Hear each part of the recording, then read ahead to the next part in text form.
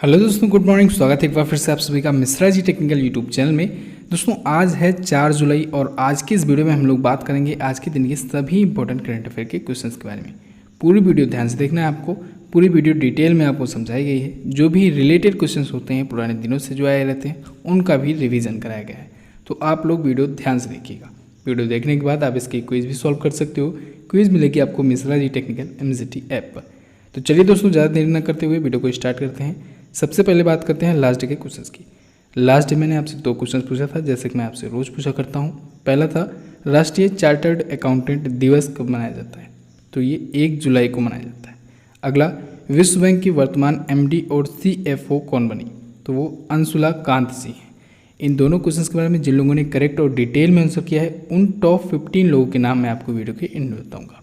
चलो दोस्तों, बात करते हैं आज के दिन के पहले क्वेश्चन की। पहला क्वेश्चन है, हाल ही में किस राज्य ने ई ग्रंथालय लॉन्च किया, तो अभी हाल ही में उत्तराखंड ने लॉन्च किया है ई ग्रंथालय। ये ई ग्रंथालय क्या होगा? ई ग्रंथालय यानी ई लाइब्रेरी है दोस्तों। ये राज्य के जितने भी सरकारी यूनिवर्सिटीज़ हैं, जो सरकारी कॉलेज हैं, उन सभी को ई ग्रंथालय से जोड़ा जाएगा। ठीक है, तो अभी जब उद्घाटन हुआ तो उद्घाटन के टाइम पर ई ग्रंथालय से 5 यूनिवर्सिटीज़ को जोड़ा गया है प्लस 104 कॉलेजेस को जोड़ा गया है। आगे धीरे धीरे करके उत्तराखंड राज्य के सभी यूनिवर्सिटीज़ और सभी कॉलेजेस को, जो भी गवर्नमेंट हैं, सभी को इससे जोड़ दिया जाएगा। ठीक है, इसका टारगेट ये है दोस्तों कि 35 लाख पुस्तकें छात्रों तक पहुंचाई जाएं इसके माध्यम से, ई ग्रंथालय के माध्यम से, और जिससे लगभग 2.5 लाख स्टूडेंट्स को फ़ायदा मिल सके इसका। ठीक है, तो ई ग्रंथालय किसने लॉन्च किया? उत्तराखंड ने। अब उत्तराखंड आया है। उत्तराखंड से रिलेटेड पिछले दिनों में जो भी क्वेश्चन आए थे उन सभी का रिवीजन हम लोग जल्दी से कर लेते हैं। अभी हाल ही में दोस्तों उत्तराखंड ने भारत का पहला लाइकेन पार्क विकसित किया। भारत का पहला लाइकेन पार्क, याद रखना है, इम्पोर्टेंट है। पार्क से याद आया, अभी बायोडाइवर्सिटी पार्क इसने यानी कि जैव विविधता पार्क अपना सबसे बड़ा उत्तराखंड ने ही बनाया था। ठीक है, उत्तराखंड का सबसे बड़ा जैव विविधता पार्क अभी हाल ही में लॉन्च किया गया हल्द्वानी में। उत्तराखंड ने अभी हाल ही में गैरसैंण को दोस्तों अपनी ग्रीष्मकालीन राजधानी बनाई थी। और उत्तराखंड के ही 3 क्षेत्रों को नेपाल ने अपने नक्शे में शो किया। नेपाल ने अपने देश में एक संविधान लागू किया, एक्ट लाया। ठीक है, और उसमें उत्तराखंड के 3 क्षेत्र कौन कौन से? लिपुलेख, कालापानी और लिम्पियाधुरा। इन तीनों क्षेत्रों का नाम याद रखना है, लिपुलेख, कालापानी और लिम्पियाधुरा। इन 3 क्षेत्रों को नेपाल अपने नक्शे में शो किया था। ठीक है, और एक और इम्पॉर्टेंट पॉइंट, अभी हाल ही में वसीम जाफर को उत्तराखंड के क्रिकेट का मुख्य कोच चुना गया है। क्लियर? उत्तराखंड से स्टैटिक जानते हैं। देहरादून यहाँ की राजधानी, ये रहा मैप में उत्तराखंड। 2000 को, सन 2000 को दोस्तों ये अलग हुआ था उत्तर प्रदेश से। त्रिवेंद्र सिंह रावत BJP पार्टी से यहाँ के चीफ मिनिस्टर। गवर्नर हैं Baby Rani Maurya. Jim Corbett national park, Bharat का सबसे पुराना नेशनल पार्क उत्तराखंड में ही है। उत्तराखंड हाई कोर्ट के चीफ जस्टिस हैं रमेश रंगनाथन जी। उत्तराखंड अपना बॉर्डर किससे किससे शेयर करता है, तो ये दोस्तों अपना बॉर्डर शेयर करता है उत्तर प्रदेश से, हरियाणा से, हिमाचल प्रदेश से। क्लियर है? नेक्स्ट बात करते हैं। अगला है, भारत ने किस देश से 12 सुखोई और 21 MiG-29 खरीदने की घोषणा की, तो भारत दोस्तों रूस से खरीदेगा 12 सुखोई विमान और 21 MiG-29 विमान। टोटल 33 फाइटर जेट्स खरीदे जाएंगे। किससे खरीदे जाएंगे? रसिया से। इसकी लागत टोटल आने वाली है 38,900 करोड़ रुपए। कितना? 38,900 करोड़ रुपए की ये डील होगी, जिसके तहत दोस्तों 33 फाइटर जेट्स लिए जाएंगे। साथ ही साथ 300 लॉन्ग रेंज के लैंड अटैक क्रूज मिसाइल लिए जाएंगे, और साथ ही साथ दोस्तों 250 एयर टू एयर मिसाइल भी खरीदे जाने को ग्रीन सिग्नल मिल चुका है। ठीक है, अच्छा दोस्तों, अब हमारे भारत में टोटल 59 MiG-29 का 59 फाइटर जेट्स को और ज़्यादा एडवांस और हाईटेक बनाया जाएगा। इसके लिए भी मंजूरी दे दी है केंद्रीय मंत्रिमंडल ने। चलिए, अब इंडिया और रसिया आया है तो यहाँ से कुछ पॉइंट हम लोग रिवाइज कर लेते हैं। अभी कल की वीडियो में भी मैंने आपको बताया था S-400 missile deal. S-400 missile deal में और तेज़ी लाने के लिए, इसकी डिलीवरी में तेज़ी लाने के लिए भी भारत ने कहा था, अनुरोध किया था इससे। ठीक है, रूस से। और इसके साथ ही रूस के जो प्रेसिडेंट हैं व्लादिमीर पुतिन, इन्होंने अपने देश में एक संविधान लागू किया, और उस संविधान लागू जो किया है उस पर वोटिंग की, और वोटिंग के आधार पर ये घोषणा हुई कि अब ये 2036 तक वहाँ के प्रेसिडेंट बने रहेंगे। ठीक है, इसके साथ ही दोस्तों रूस के मॉस्को में अभी 24 जून 2020 को द्वितीय विश्व युद्ध के विजय दिवस की परेड हुई थी और उस परेड में हिस्सा लेने हमारे रक्षा मंत्री राजनाथ सिंह जी गए हुए थे। ठीक है, इस सभी पॉइंट को आपको याद रखना है रसिया से। चलिए अब स्टैटिक जान लेते हैं। रूस की राजधानी मॉस्को, मिखाइल वी मिशुस्तिनी यहाँ के प्राइम मिनिस्टर, व्लादिमीर पुतिन अब 2036 तक रहेंगे प्रेसिडेंट, रूबल यहाँ की करेंसी, ड्यूमा यहाँ की संसद, और दुनिया का सबसे बड़ा क्षेत्रफल की दृष्टि से देश है रूस। नेक्स्ट बात करते हैं। अगला है, हाल ही में भारतीय रेलवे ने कौन सी सबसे लंबी मालगाड़ी चलाकर इतिहास रचा? तो अभी हाल ही में दोस्तों इंडियन रेलवे ने शेषनाग नाम की भारत की सबसे लंबी मालगाड़ी चलाकर के इतिहास रचा है। इसकी टोटल लंबाई है दोस्तों 2.8 किलोमीटर, 2.8 किलोमीटर लंबी ये रेलगाड़ी थी, मालगाड़ी थी, और इसमें 4 इंजन लगे हुए थे। इसमें टोटल दोस्तों 251 वैगन वाली ये मालगाड़ी थी। ठीक है, जो कि कहाँ से कहाँ तक चली? नागपुर से लेकर सिकंदराबाद के बीच में ये चलाई गई है। ध्यान रखिएगा, इससे पहले जो अभी तक रिकॉर्ड बना था वो सुपर एनाकोंडा नाम की ट्रेन का बना था। सुपर एनाकोंडा नाम की जो मालगाड़ी थी इसमें 177 वैगन लगे हुए थे। ठीक है, वैगन मतलब समझ रहे हैं ना, जो मालगाड़ी का एक डिब्बा समझ लीजिए। तो 177 वैगन उसमें लगे थे और 251 वैगन इसमें लगे हुए हैं। सुपर एनाकोंडा जो था दोस्तों वो लाजकुरा से राउरकेला के बीच में अभी हाल ही में चला गया था। ठीक है, अच्छा अब आप सोच रहे होंगे कि ये गाड़ी इतनी लंबी कैसे हो जा रही है। तो दोस्तों जैसे कि आप सभी को पता है अनलॉक 2.0 चल रहा है, तो ऐसे में दोस्तों बहुत बड़ी मात्रा में आवश्यकता पड़ रही है एक जगह से दूसरी जगह पर सामान पहुंचाने की, तो बहुत तेज़ी के साथ पहुंचाए जा रहे हैं। ठीक है, चाहे कोयला हो गया या फिर कोई खाद्य सामग्री हो गई, तो बहुत ही तेज़ी के साथ पहुंचाए जा रहे हैं। तो ऐसे में किया ये जा रहा है कि 3 से 4 मालगाड़ी को एक में जोड़ दिया जा रहा है। ठीक है, तो 3 या 4 जब मालगाड़ी को एक में जोड़ दिया जाएगा तो ऑब्वियस सी बात है ये लंबी हो जाएगी। तो यही कॉन्सेप्ट इसमें अपनाया गया है और इसमें 4 इंजन भी लगे हुए हैं, इसका आपको ध्यान रखना है। चलिए, भारतीय रेलवे आया तो जल्दी से हम लोग कर लेते हैं इसका रिवीजन। सबसे पहले इंडिया में रेल चलाई गई 16 अप्रैल 1853 को। लॉर्ड डलहौजी का शासनकाल था। पहली ट्रेन का नाम था ब्लैक ब्यूटी, मुंबई से ठाणे के बीच में वो चली थी। ठीक है, 16 अप्रैल को चली थी, इस वजह से 16 अप्रैल को क्या मनाया जाता है? भारतीय रेलवे दिवस। फिर आगे आकर 1890 में दोस्तों 1890 में भारतीय रेलवे एक्ट पारित हुआ और उसके बाद 1905 में जब लॉर्ड कर्जन का शासनकाल होता है तब भारतीय रेलवे बोर्ड की स्थापना हुई। इतने पॉइंट आपको याद रखना है। अभी वर्तमान में दोस्तों भारतीय रेलवे के अध्यक्ष हैं विनोद कुमार यादव जी, और रेल मंत्री कौन है? पीयूष गोयल। नेक्स्ट बात करते हैं। अगला है, हाल ही में किस राज्य ने अपने मंत्रिमंडल का विस्तार किया? तो अभी हाल ही में दोस्तों मध्य प्रदेश ने अपने मंत्रिमंडल का विस्तार किया है। मध्य प्रदेश में अभी हाल ही में 28 मंत्रियों को शपथ दिलाई गई। कितने मंत्रियों को? 28 को। अब इन 28 में 20 जो हैं इनको तो दोस्तों कैबिनेट मंत्री के रूप में शपथ दिलाई गई और बाकी बचे जो 8 हैं इनको राज्य मंत्री के रूप में शपथ दिलाई गई। अच्छा, शपथ दिलाया कौन? शपथ दिलाई है दोस्तों आनंदीबेन पटेल। किसने? आनंदीबेन पटेल ने दिलाया।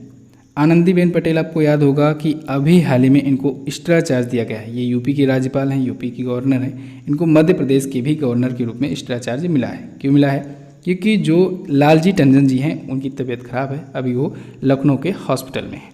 तो कुछ लोग हमसे पूछ रहे थे कि क्यों अतिरिक्त प्रभार दिया गया, या अगर मान लीजिए वो ठीक होकर के आ जाते हैं तब फिर क्या वो चार्ज संभालेंगे? बिल्कुल संभालेंगे। अगर मान लीजिए लालजी टंडन जी ठीक हो जाते हैं तो वो अपना चार्ज दोबारा वापस ले लेंगे। लेकिन अभी क्या था, इसके पीछे का सबसे बड़ा रीज़न यही था चार्ज उनको देने का, क्योंकि मंत्रिमंडल का विस्तार होना था तो इनको शपथ दिलानी थी। इसी वजह से आनंदीबेन पटेल जी को एक्स्ट्रा चार्ज दिया गया। क्लियर? बिल्कुल। चलिए, अब इन 28 मंत्रियों में दोस्तों 12 जो हैं वो ज्योतिरादित्य सिंधिया समर्थित विधायक हैं। ये बात आपको याद रखनी है। क्यों? क्योंकि दोस्तों ज्योतिरादित्य सिंधिया जो हैं इन्हीं की वजह से दोबारा वहाँ पर बीजेपी की सरकार है, क्योंकि इन्होंने कांग्रेस की पार्टी की सरकार थी, कमलनाथ जी वहाँ के सीएम थे, और इन्होंने अपने 20 समर्थित विधायकों के साथ पार्टी छोड़ी कांग्रेस और बीजेपी में शामिल हो गए। इसी वजह से कमलनाथ की सरकार गिरी थी। ठीक है, तो ये पॉइंट आपको याद रखना है। चलिए, मध्य प्रदेश से हम लोग स्टैटिक जान लेते हैं जल्दी से। भोपाल यहाँ की राजधानी है, मध्य प्रदेश ये रहा मैप में। भोपाल से मैंने आपको भोजताल याद कराया था, भोजताल नाम की झील है मध्य प्रदेश में। मध्य प्रदेश हाईकोर्ट के चीफ जस्टिस हैं अजय कुमार मित्तल जी। चीफ जस्टिस पर मैंने आपको एक वीडियो दी हुई है, 5 मिनटों में आप लोग बहुत ही अच्छे से रिवाइज कर लेंगे। उसके लिए आपको हमारे दूसरे चैनल की वीडियो देखनी पड़ेगी, MJT एजुकेशन 2.0। इसको सब्सक्राइब कर लीजिए। आने वाले दिनों में बहुत ही तेज़ी के साथ बहुत ही ज़्यादा वीडियो आएंगी इस पर, ठीक है। MJT एजुकेशन 2.0 उसी पर 5 मिनटों में मैंने आपको याद कराया हुआ है भारत के जितने भी हाई कोर्ट हैं सभी के मुख्य न्यायाधीशों को। बीजेपी के पार्टी से शिवराज सिंह चौहान यहाँ के हैं चीफ मिनिस्टर। लालजी टंडन जी अभी तक तो थे राज्यपाल, लेकिन मैंने आपको जैसे बताया कि अभी इनकी तबीयत खराब चल रही है, तो इस वजह से चार्ज कौन संभाल रही हैं? Anandiben Patel ji. Clear. Kanha Kisli national park और बांधवगढ़ नेशनल पार्क ये है मध्य प्रदेश में। मध्य प्रदेश बॉर्डर किससे किससे शेयर करता है? तो मध्य प्रदेश दोस्तों राजस्थान, उत्तर प्रदेश, छत्तीसगढ़, महाराष्ट्र और गुजरात से बॉर्डर शेयर करता है। नेक्स्ट बात करते हैं। अगला है, हाल ही में कहाँ के प्रधानमंत्री एडवर्ड फिलिप ने इस्तीफा दे दिया? तो अभी हाल ही में दोस्तों फ्रांस के प्राइम मिनिस्टर एडवर्ड फिलिप ने अपने पद से इस्तीफा दे दिया है। चलिए, फ्रांस आया है तो यहाँ से रिलेटेड एक पॉइंट हम लोग जान लेते हैं। पॉइंट ये है कि अभी हाल ही में फ्रांस ने भारत को 200 मिलियन यूरो, कितना? 200 मिलियन यूरो देने की घोषणा की। किस लिए दी? कोरोना वायरस महामारी से लड़ने के लिए और अम्फान तूफान जो भी आया हुआ था पश्चिम बंगाल में, उससे राहत के लिए। तो 200 मिलियन यूरो देने की घोषणा की है फ्रांस ने। फ्रांस की राजधानी पेरिस। इमैनुअल मैक्रोन यहाँ के हैं प्रेसिडेंट। इमैनुअल मैक्रोन से आपको याद रखना है कि भारत के प्रधानमंत्री मोदी और इमैनुअल मैक्रोन, इन दोनों को दोस्तों चैंपियंस ऑफ अर्थ का पुरस्कार मिला था, ठीक है। और यूरो होती है फ्रांस की करेंसी। नेक्स्ट बात करते हैं। अगला है, किस IIT संस्थान ने टीचिंग सेटअप मोबाइल मास्टर जी विकसित किया? तो अभी हाल ही में मोबाइल मास्टर जी डेवलप किया है दोस्तों IIT कानपुर ने। मोबाइल मास्टर जी क्या है? ये दोस्तों एक home to class teaching setup है। इसे स्पेशली जो ग्रामीण क्षेत्र के छात्र हैं, स्टूडेंट्स हैं, उनको ध्यान में रख करके डेवलप किया गया है, डिज़ाइन किया गया है, ठीक है। तो इसमें बहुत सारे फीचर्स हैं। क्लास में चल रहे लेक्चर्स को कई एंगल से रिकॉर्ड भी किया जा सकता है और भी कई सारे टूल्स इसमें मौजूद हैं। तो IIT कानपुर ने इसे डेवलप किया है मोबाइल मास्टर जी। बी ऑप्शन में आपको दिख रहा है IIT मद्रास। अभी IIT मद्रास से कल ही मैंने आपको बताया था कि विश्व की पहली ऑनलाइन BSc किस पर? ऑनलाइन BSc डेटा साइंस और प्रोग्रामिंग पर शुरू किया है। इसका कॉन्सेप्ट और डिज़ाइन दिया है IIT मद्रास ने। याद रखना है, विश्व की पहली ऑनलाइन BSc डेटा साइंस और प्रोग्रामिंग पर। IIT गांधीनगर से भी एक क्वेश्चन आया था। IIT गांधीनगर ने दोस्तों एक डीप लर्निंग टूल विकसित किया था कोविड-19 के लिए, कोविड-19 का पता लगाने के लिए, ठीक है। आर्टिफिशियल इंटेलिजेंस बेस्ड था वो। IIT हैदराबाद से भी मैंने आपका रिवीजन कराया था कि आर्टिफिशियल इंटेलिजेंस बेस्ड इसने कोविड-19 टेस्टिंग किट लॉन्च की है अभी हाल ही में। ये सारे पॉइंट आपको याद रखने हैं। अगला है, किस भारतीय राज्य को दिसंबर 2020 तक अशांत क्षेत्र घोषित किया गया? तो दोस्तों अभी हाल ही में नागालैंड को दिसंबर 2020 तक, 31 दिसंबर 2020 तक अशांत क्षेत्र घोषित कर दिया गया है, यानी अगले 6 महीनों तक पूरे के पूरे नागालैंड क्षेत्र को। यानी कि अब पूरा पावर जो है वो चला जाएगा सुरक्षा बलों के हाथ में। सुरक्षा बलों को स्पेशल छूट दे दी जाएगी, पूरी पावर दे दी जाएगी, जो उनको करना होगा वो करेंगे, ठीक है। अब ऐसा क्यों किया गया? क्योंकि दोस्तों नागालैंड के जो गवर्नर हैं RN रवि जी, उन्होंने वहाँ के CM नेफ्यू रियो को अभी हाल ही में एक चिट्ठी लिखी थी कि आधा दर्जन से ज़्यादा गिरोह जो हैं, सशस्त्र गिरोह, सशस्त्र मतलब हथियारबद्ध जो गिरोह हैं वहाँ पर, वो लोग राज्य सरकार की वैधता को चुनौती दे रहे हैं, साथ ही साथ वसूली रैकेट वगैरह फैला रहे हैं, जिससे पूरे राज्य भर में अशांति फैल गई है, ठीक है। राज्य में स्थितियाँ जो हैं वो बहुत ज़्यादा परेशान करने लायक हो गई हैं और ख़तरनाक हो गई हैं। तो ऐसे में दोस्तों वहाँ के लोगों की सुरक्षा के लिए उसे अशांत क्षेत्र घोषित कर दिया गया है और पूरी पावर दे दी गई है वहाँ के सुरक्षा बलों के हाथ में। तो इसको किसके द्वारा दिया गया है? केंद्र के द्वारा दिया गया है। क्लियर बिल्कुल। चलिए नागालैंड देख लेते हैं हम लोग। नागालैंड ये रहा मैप में, कोहिमा यहाँ की राजधानी है। थोड़ा सा और जूम करके दिखाएं। नागालैंड ये रहा मैप में, ठीक है। 1 दिसंबर 1963 को एक स्वतंत्र भारतीय राज्य के रूप में यह अस्तित्व में आया। ये अपना बॉर्डर शेयर करता है अरुणाचल प्रदेश से, असम से और मणिपुर से। क्लियर है। नागालैंड के CM हैं नेफ्यू रियो, यहाँ के गवर्नर हैं RN रवि जी। गुवाहाटी हाईकोर्ट के अंतर्गत इसका भी क्षेत्र आता है और गुवाहाटी हाईकोर्ट के चीफ जस्टिस हैं अजय लांबा। क्लियर। नेक्स्ट बात करते हैं। अगला है, फ्यूचर ऑफ हायर एजुकेशन नामक पुस्तक किसने लिखी? तो अभी हाल में फ्यूचर ऑफ हायर एजुकेशन नामक पुस्तक लिखी है दोस्तों V पट्टाभी राम ने। किसने?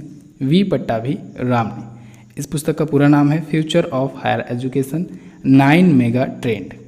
इस पुस्तक को दोस्तों लॉन्च किया है एम वेंकैया नायडू जी, जो कि हमारे भारत के उपराष्ट्रपति हैं और राज्यसभा के सभापति हैं। ठीक है, तो इन्होंने इस बुक को लॉन्च किया है, वर्चुअली लॉन्च किया गया है, यानी कि वीडियो कॉन्फ्रेंसिंग के माध्यम से ऑनलाइन लॉन्चिंग हुई है।